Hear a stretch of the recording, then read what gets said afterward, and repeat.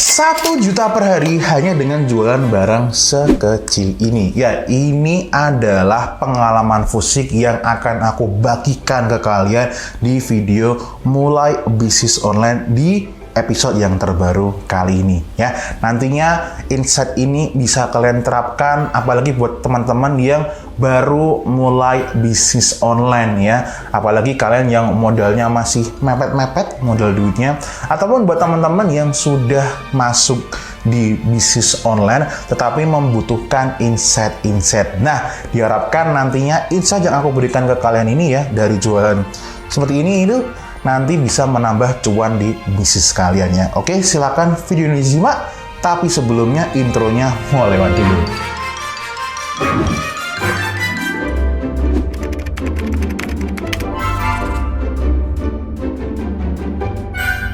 Pada saat itu tahun 2015-2016, pada saat itu aku masih menyelesaikan ya studi aku di salah satu universitas swasta di Yogyakarta ya. Sebenarnya nggak jauh-jauh juga dari tempat aku tinggal sekarang ini. Nah, pada saat itu aku ingin menjadi seorang YouTuber ya, tapi aku malu gimana gitu. Tapi karena udah kepingin ya, akhirnya aku mencarilah sebuah kamera yang kameranya itu menurut aku affordable ya, sesuai dengan kantong aku. Akhirnya aku menemukan sebuah pilihan, yaitu adalah si Xiaomi yang generasi pertama ini ya, ataupun yang hitam ini ya. Nah, dari situ aku menemukan sebuah fakta ya. Ternyata kamera ini walaupun ukurannya kecil tuh tapi packed with so much power ya. Ya, itu setidaknya untuk budget yang aku miliki pada saat itu.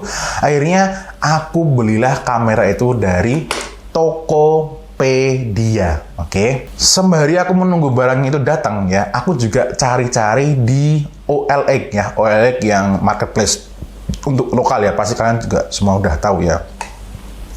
Di situ aku menemukan sebuah fakta. Ternyata di OLX itu ya, kamera Xiaomi seperti ini itu dijual dengan harga yang jauh lebih mahal daripada yang ada di Tokopedia.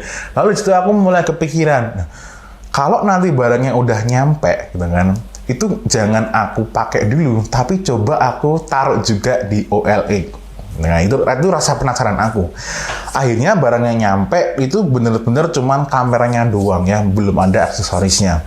Lalu aku posting lah di OLX dengan jarak harga dari yang aku ambil dari Tokopedia itu, seingat aku di sekitar 100 atau 150 ribu ya. Aku posting dan seingat aku itu laku, terjual, dan itu COD-nya itu ada di Indomaret gak jauh dari sini. Lalu aku mikir, ternyata peminatnya secara lokal itu ada dan mau bayar lebih daripada yang ada di Tokopedia. Sehingga uangnya itu yang aku dapatkan, aku belikan lagi ya kameranya. Jadi dari 1 tambah lagi 1, lalu tambah lagi 2 dan seterusnya, sehingga pada saat itu aku bisa nyetok seingat aku di angka sekitar 5-an gitu ya, dengan modal yang ada pada saat itu. Lalu jadi aku memutuskan, ternyata permintaannya memang benar-benar bagus ya kan. Gimana kalau aku ya nambah modal yang jauh lebih banyak ya. Minimal lah aku bisa nyetok sampai di angka 10 sampai 20 ya. Nah, pada saat itu aku belum kerja ya. Masih kuliah, nyelesain skripsi ya, yang akhirnya nanti nggak selesai ya, walaupun nanti akhirnya selesai ya.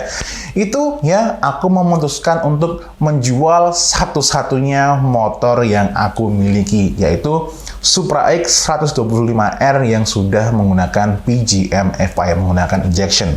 Oke, nggak pakai lama, akhirnya motor itu aku jual dan seingat aku mendapatkan modal tambahan sekitar 8 juta rupiah ya.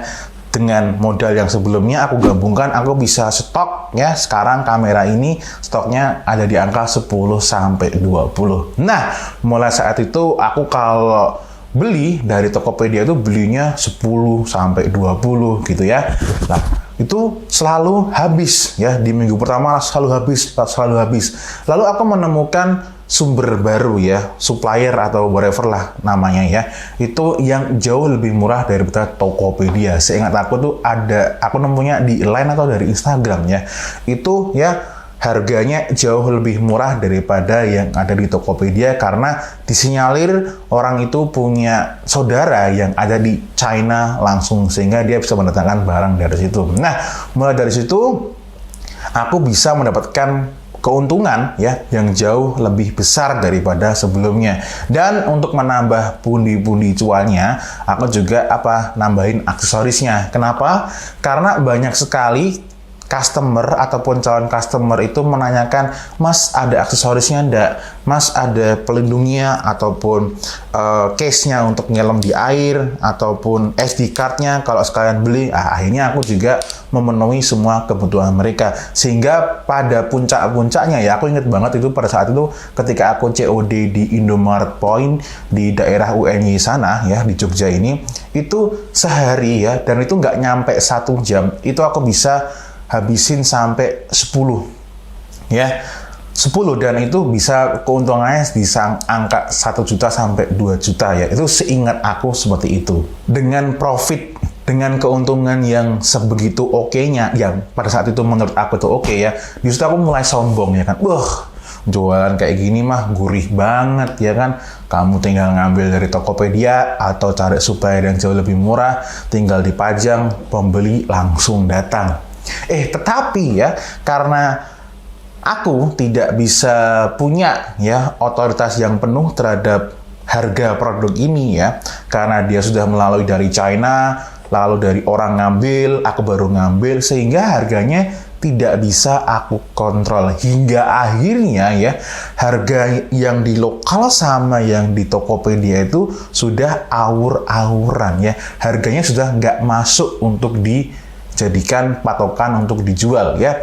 Dari yang tadinya aku bisa nge-push keuntungan dari 100 sampai 200 ribu, lama-lama keuntungannya tergerus ya, hingga akhirnya aku memutuskan udah deh ya, berarti jualan barang-barang seperti ini itu memang tidak worth it untuk jangka panjang, atau setidaknya ya barang seperti ini memang strategi bisnisnya itu adalah ketika lagi nge-in ya, ketika permintaannya lagi bagus dan memang harganya bisa kita markup secara cukup untuk kebutuhan bisnis kita, maka jualanlah ya. Tetapi ketika kurvanya menurun, kurva apa itu? Harga dari suppliernya ya itu sudah nggak masuk akal ya, dan harga pasarnya sudah rusak. Nah, itulah saatnya kita melakukan yang namanya exit, kita keluar dari penjualan barang tersebut ya. Nantinya berarti gantilah barang yang lain, atau ya kamu menjadi supplier tunggal ataupun intinya yang menguasai dari sumbernya sana langsung. Nah, dengan cara seperti itu keuntungannya jauh lebih besar. Namun aku memikir jauh lebih lagi ya, kok ternyata setelah dipikir-pikir lagi ya, perbandingan antara keuntungan produknya ya dengan modal yang dikeluarkan ya. Misal nih kamu mau minimal mau dapat keuntungan, katakan anggap aja satu kamera ini untungnya 100.000, oke? Kalau keuntungannya satu kamera ini 100.000 ya kan, dengan modal itu dijual di harga 1 juta dan harganya satu ini adalah 900.000, berarti kamu untuk mendapatkan keuntungan 1 juta itu ya, baru untung ya itu kamu butuh 9 juta. Itu baru kameranya doang, belum nanti modal untuk aksesorisnya ya. Dengan modal 9 juta tadi itu kamu hanya mendapatkan keuntungan yaitu setidaknya seminimalnya adalah 100.000 ya kan. Tak pikir-pikir, modal segitu itu kok cuman untung segitu ya, walaupun bisa cepat.